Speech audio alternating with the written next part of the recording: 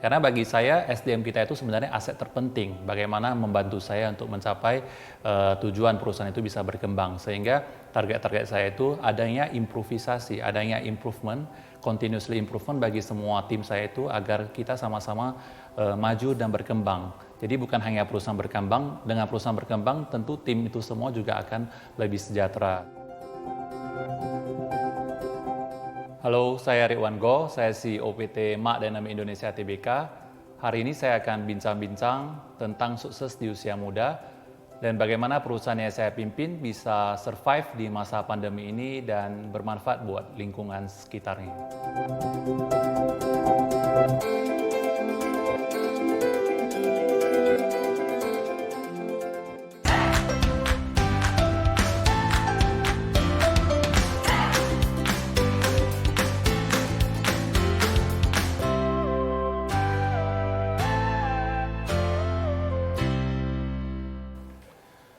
Jadi saya lahir di Medan, jadi Medan adalah tempat kelahiran saya dan saya dua bersaudara, saya bungsu dari dua bersaudara dan keluarga saya stay di Singapura dan saya tamatan sarjana komputer dari salah satu sekolah tinggi di Sumatera Utara. Pertama saya memulai karir saya itu di sebuah perusahaan molding kayu termasuk yang terbesar di Sumatera Utara. Saya pada saat itu kerja sebagai marketing internasional, di mana produk kita itu semua diekspor 100% keluar. Dan saya berkarir di perusahaan itu selama 4 tahun. Setelah itu saya pindah ke perusahaan saya sekarang, PT Mak Dynamics Indonesia Tbk, juga sebagai marketing. Kemudian saya diberikan target-target oleh perusahaan dan akhirnya saya berhasil mencapai target itu. Saya dipromosikan menjadi direktur dan di tahun 2018 saya diangkat menjadi presiden direktur sampai sekarang. Jadi saya masuk ke PT Mak Dynamics itu di tahun 2008. Di 2008 saya masih ingat pada saat itu karyawan kita hanya sekitar 50 orang sampai 60 orang, kapasitas produksi hanya sekitar 40.000 pieces. Jadi dibandingkan dengan size Mak Dynamics sekarang itu kita mempekerjakan sekitar 2.500 orang. Dan dengan kapasitas 1,4 juta pieces per bulan. Jadi pertama kali saya masuk kapasitas itu hanya 40.000 pieces per bulan dan saya ditargetkan untuk mendapatkan pemesanan ya atau permintaan sebanyak 80.000 pieces per bulan. Dan dalam waktu kurun setahun saya berhasil bahkan mendapat permintaan lebih dari itu. Jadi setiap tahun kepercayaan pelanggan terhadap kita membuat Mak Dynamics menjadi besar karena bagaimana kualitas produk dan servis kita kepada pelanggan kita itu menjadi target saya di awal saya berkarir di Mak Dynamics. Ya, jadi Mak Dynamics itu perusahaan yang bergerak di bidang manufaktur cetakan sarung tangan. Jadi perusahaan ini cukup unik ya karena satu-satunya di Indonesia dan dengan kapasitas paling besar dunia. Jadi dalam pembuatan produksi sarung tangan kita membutuhkan bahan baku latex, karet ya, dan juga bahan baku cetakannya. Jadi cetakannya ini yang kita produksi di PT Mak Dynamics. Dan kita juga dengan kapasitas terbesar di dunia dan kompetitor kita ada di Malaysia, di Thailand, di Cina, namun jauh di bawah kapasitas kita gitu.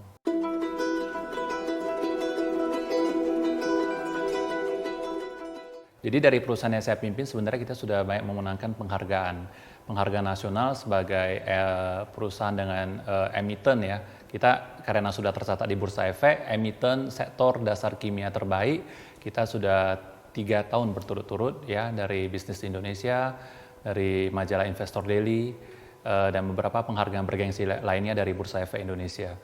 Jadi untuk saya pribadi, memang saya juga sudah memenangkan beberapa penghargaan sebagai Rising Star CEO dari Bisnis Indonesia Award, dari IDX Channel, Bursa Efek Indonesia.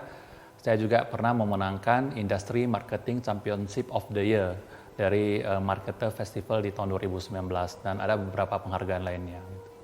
Jadi baik kehidupan saya pribadi atau maupun di pekerjaan itu saya selalu set goal-goal ataupun target yang harus saya capai sehingga saya mempunyai guideline untuk lebih fokus mengerucutkan apa yang saya mau di dalam hidup saya, baik di dalam perusahaan saya ataupun kehidupan saya. Jadi ini yang menjadi prinsip-prinsip saya, ya, bagaimana saya mungkin bisa sukses membawa perusahaan ini dari yang tidak diketahui orang menjadi perusahaan tercatat di Bursa Efek Indonesia. Tetapi saya juga orang yang tidak cepat puas dengan pencapaian saya. Jadi saya tidak suka terlalu merasa nyaman di comfort zone, karena dengan kita merasa nyaman di comfort zone, kita merasa kita tidak berbuat apa-apa lagi. Jadi target saya itu setiap tahunnya harus meningkat gitu. Karena bagi saya SDM kita itu sebenarnya aset terpenting. Bagaimana membantu saya untuk mencapai tujuan perusahaan itu bisa berkembang. Sehingga target-target saya itu adanya improvisasi, adanya improvement, continuously improvement bagi semua tim saya itu agar kita sama-sama maju dan berkembang. Jadi bukan hanya perusahaan berkembang, dengan perusahaan berkembang tentu tim itu semua juga akan lebih sejahtera.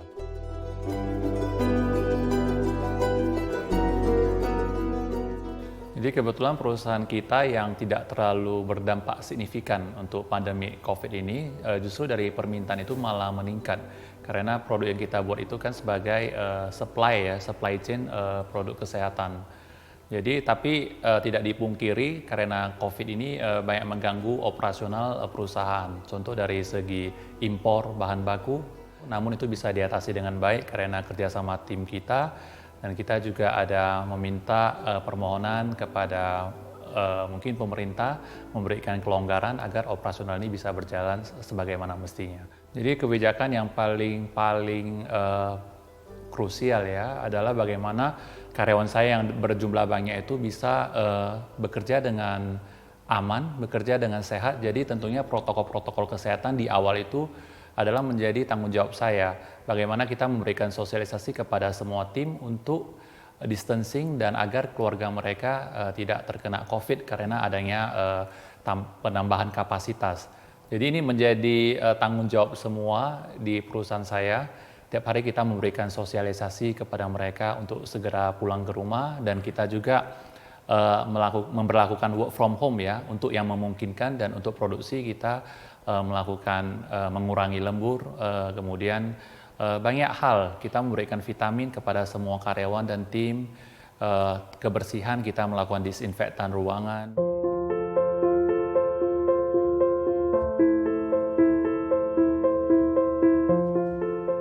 Perusahaan-perusahaan lain saya tahu banyak perusahaan yang terdampak dari COVID-19, banyak yang mengurangi karyawan, bahkan ada perusahaan yang tutup.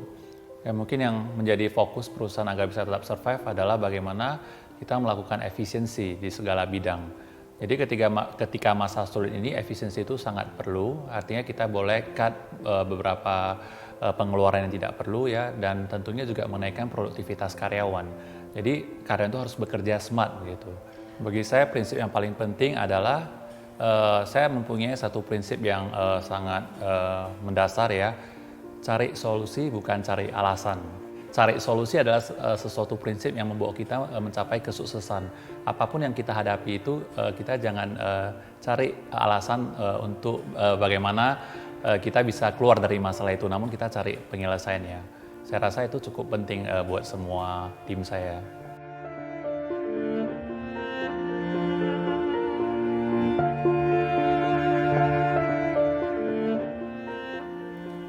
Jadi bagi saya kata kebaikan itu adalah universal ya. Jadi kebaikan itu tidak melihat dari race, agama ataupun yang lain. Jadi kebaikan itu adalah universal dan kebaikan kita terhadap sesama manusia, terhadap makhluk lain dan bahkan terhadap lingkungan yang kita tempati. Jadi itu juga menjadi sesuatu yang mendasar di diri saya. Dan bagi perusahaan juga PT Mak Dynamics sendiri, bagaimana keberadaan perusahaan itu tidak hanya menguntungkan bagi shareholder, namun juga menguntungkan bagi stakeholder. Stakeholder dalam arti ini adalah community ataupun sekeliling perusahaan.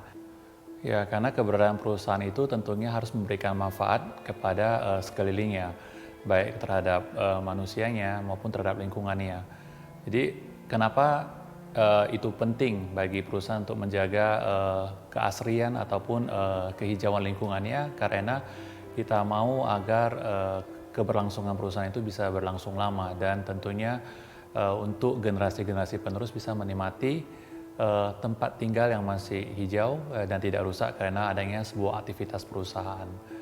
Dan juga bagi penduduk sekitar bagaimana kita bisa dengan adanya berdirinya sebuah perusahaan, bagaimana perusahaan itu bisa memberikan manfaat bagi penduduk sekitar, baik dalam masalah lapangan kerja ataupun sarana prasarana yang bisa kita bantu ke masyarakat sekitar. Contohnya dengan kita sendiri membangun sebuah jembatan penghubung di sungai agar bisa membantu masyarakat lebih adanya mobilitas dan akses jalan yang lebih singkat. Kita juga ada melakukan operasi katarak secara massal, kita memberikan bantuan pendidikan kepada anak-anak yang kurang mampu, kita melakukan bedah rumah untuk penduduk di sekitar perusahaan, dan juga kita selalu aktif berpartisipasi untuk semua kegiatan yang kita rasa bermanfaat untuk hidup manusia maupun lingkungan. Kiat sukses dari saya adalah kita jangan takut menghadapi masalah. Jadi dengan adanya masalah justru bagaimana kita melihat sudut pandang masalah itu tersendiri agar menjadi pembelajaran ke depannya.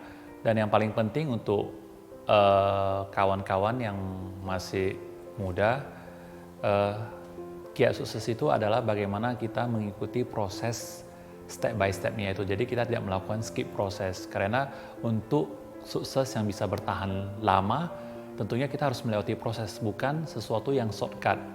Jadi ini menjadi penting agar kesuksesan yang kita miliki itu bisa bertahan secara lama.